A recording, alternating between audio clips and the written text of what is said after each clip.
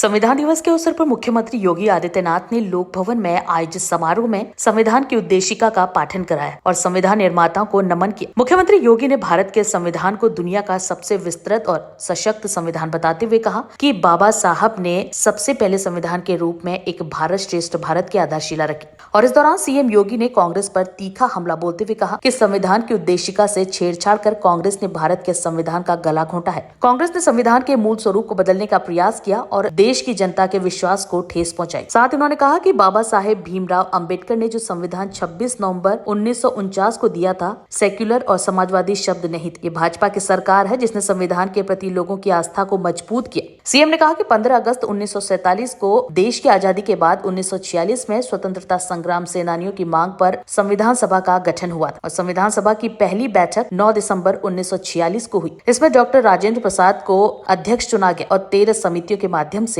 संविधान निर्माण का कार्य किया गया। इसमें ड्राफ्टिंग कमेटी का नेतृत्व बाबा साहेब डॉक्टर भीमराव अंबेडकर ने किया। संविधान निर्माण के लिए 13 कमेटियों की बहस और फिर उसके महत्वपूर्ण अंशों को संविधान में शामिल किया गया। समारोह के दौरान मुख्यमंत्री ने संविधान से आदर्श और मूल्य विषय पर आयोजित वाद विवाद और निबंध प्रतियोगिता के विजेता छात्र छात्राओं को सम्मानित भी किया और उन्होंने बच्चों को संविधान के मूल्यों का आत्मसात करने और इसके आदर्शों पर चलने की प्रेरणा दी।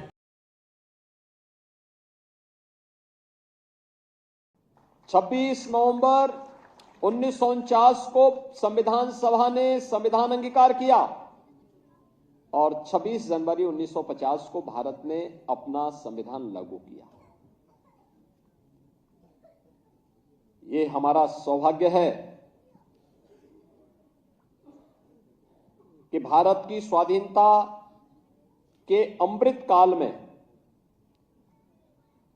हम भारत के संविधान के अमृत महोत्सव वर्ष का शुभारंभ कर रहे हैं और अमृत महोत्सव वर्ष भारत के संविधान की दृष्टि से अत्यंत महत्वपूर्ण वर्ष है। यहां पे केवल नागरिक अधिकार की ही बात नहीं होनी है, बल्कि प्रधानमंत्री से नरेंद्र मोदी जी जिनके प्रयास से, जिनके दूरदर्शिता के कारण आज हम संविधान सभा का दिवस के इस आयोजन के साथ सहभागी बन रहे हैं, जिसे उन्होंने आज से 10 वर्ष पहले पूरे देशवासियों को कहा था, जब उन्होंने बाबा साहब भीमराव अंबेडकर के भव्य स्मारक के बनाने के कार्यक्रम का शुभारंभ किया था। तब उन्होंने कहा था कि समय आ गया है जब हम भारत के संविधान दिवस को भी एक सार्वजनिक महत्व का दिवस मान करके इस आयोजन को पूरी भव्यता के साथ आयोजित करना सीखें।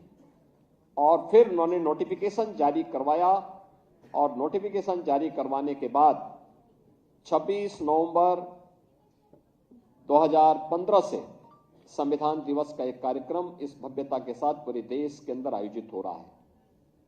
यह हमारा सौभाग्य है कि उत्तर प्रदेश में विधानसभा और विधान परिषद में हम लोगों ने नागरिक कर्तव्यों को लेकर के इस पे एक डिबेट भी करवाई थी।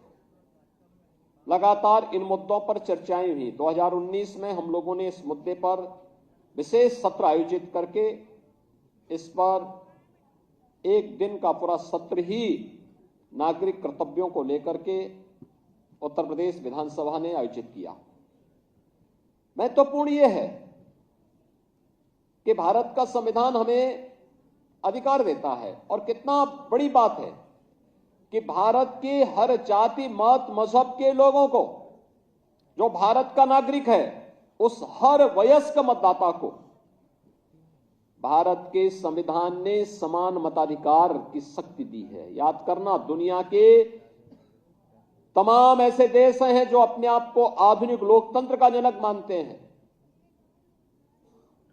उनके यहां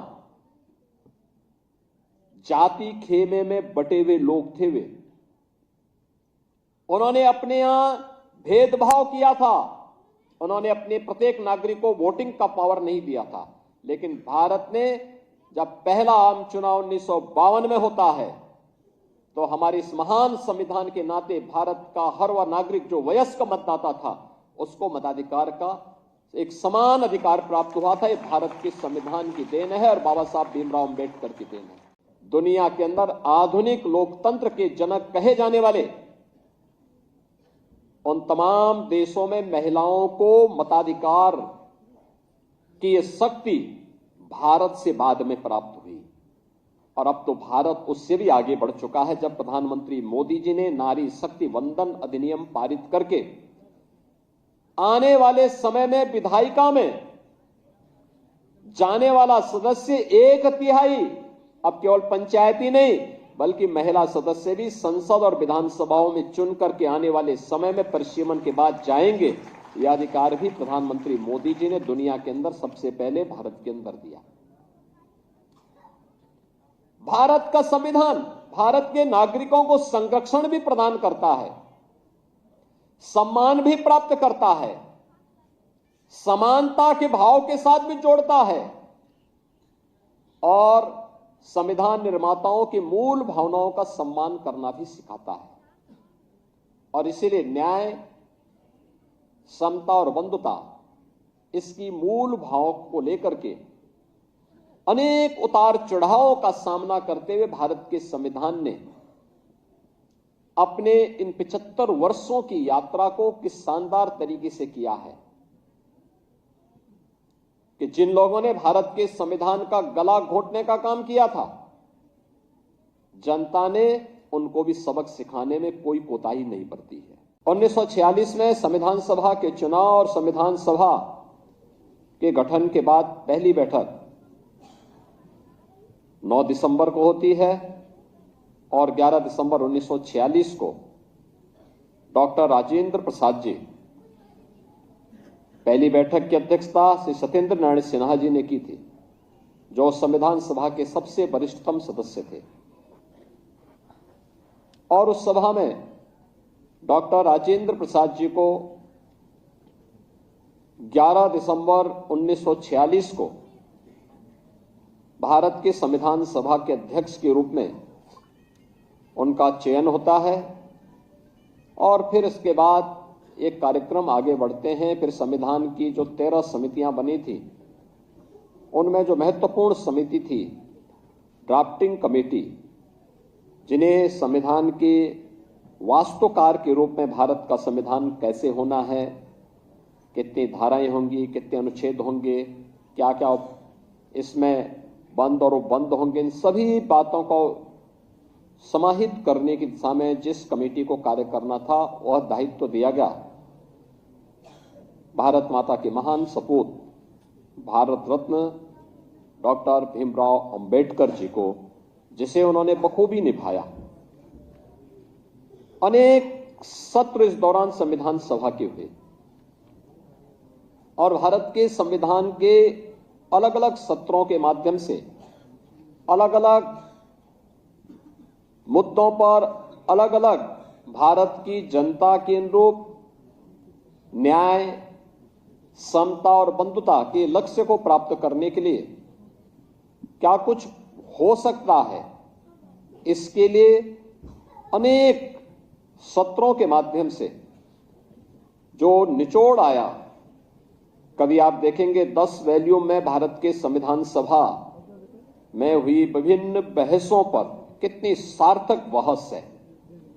आज भी वह हमारी विधायिका के लिए, हमारी न्यायपालिका के लिए और हमारी कार्यपालिका के लिए एक मार्गदर्शिका के रूप में वह डिबेट हम सबका मार्गदर्शन करते हैं। और हम लोग चाहेंगे कि वास्तव में भारत के संविधान सभा के माध्यम से जो डिबेट हुई है, हर संस्थान में वे डिबेट होनी चाहिए। आपको उसमें मुद्दे मिलेंगे, तथ्य मिलेंगे, भारत की यात्रा के बारे में एक जीवन दर्शन को जानने और सीखने का एक अवसर आपको प्राप्त होगा। और अंततः उसका निचोड़ जो डिबेट हुई है, वे डिबेट मूल रूप से नहीं, उसका एक निचोड़ जो लेके आना था वह भारत के संविधान के रूप में बाबा साहब भीमराव अंबेडकर जी ने देश को दिया। किसी भी संविधान या किसी भी पवित्र कार्यक्रम की आत्मा, उसका उद्देश्य होता है। भारत का जो मूल संविधान बाबा साहब भीमराव अंबेडकर ने, जिसे 26 नवंबर 1949 को जिस संविधान को अंगीकार किया था, याद करना, उस संविधान में 2 शब्द नहीं थे। सेकुलर शब्द भी नहीं था और समाजवादी शब्द भी नहीं था, सोशलिस्ट शब्द भी नहीं था। कांग्रेस ने चोरी छिपे, जब ये देश के नागरिक अधिकार निरस्त किए गए थे, इमरजेंसी थी,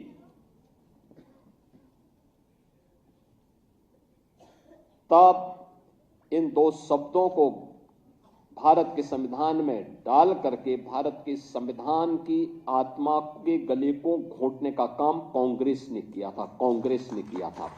और इसीलिए जो लोग देश की जनता को गुमराह करते हैं, उन लोगों को बताए जाने की आवश्यकता है कि देश के प्रति इनकी भाव क्या है। इनका चेहरा लोकतांत्रिक दिखता है, लेकिन वास्तव में लोकतांत्रिक नहीं। यह अपनी उस तानाशाही फांसीवादी मानसिकता के तहत काम करने वाले लोग हैं, और जब भी इनको अवसर मिलेगा, ये लोग इससे पहले 1976 रहा, 1975 रहा हो, या फिर भारत के बाहर जाकर के भारत के अंदर बाबा साहब भीमराव अंबेडकर के द्वारा सामाजिक रूप से दलित, अति पिछड़ी जाति के लोगों को, पिछड़ी जाति के लोगों को मिले हुए इन संवैधानिक अधिकारों से वंचित करने के बारे में किस प्रकार की टिप्पणियां ये लोग करते हैं, ये आज किसी से छुपा हुआ नहीं। और इसीलिए मैं आज के इस अवसर पर आप सबसे कहना चाहूंगा कि बाबा साहब भीमराव अंबेडकर की ये धरोहर, जो संपूर्ण भारत को, 140 करोड़ भारतवासियों को एकता के सूत्र में बांधता है, वह है भारत का संविधान। इस भारत के संविधान का संरक्षण करना हम सबका दायित्व है, और याद करना, इसका सबसे अच्छा रास्ता है कि भारत के संविधान के द्वारा भारत के प्रत्येक नागरिक के लिए तय किए गए उसके मूलभूत कर्तव्यों का अगर हम पालन करेंगे, तो यह बाबा साहब भीमराव अंबेडकर के प्रति, भारत के संविधान निर्माताओं के प्रति और भारत के महान स्वाधीनता संग्राम सेनानियों के प्रति हमारी सच्ची श्रद्धांजलि होगी।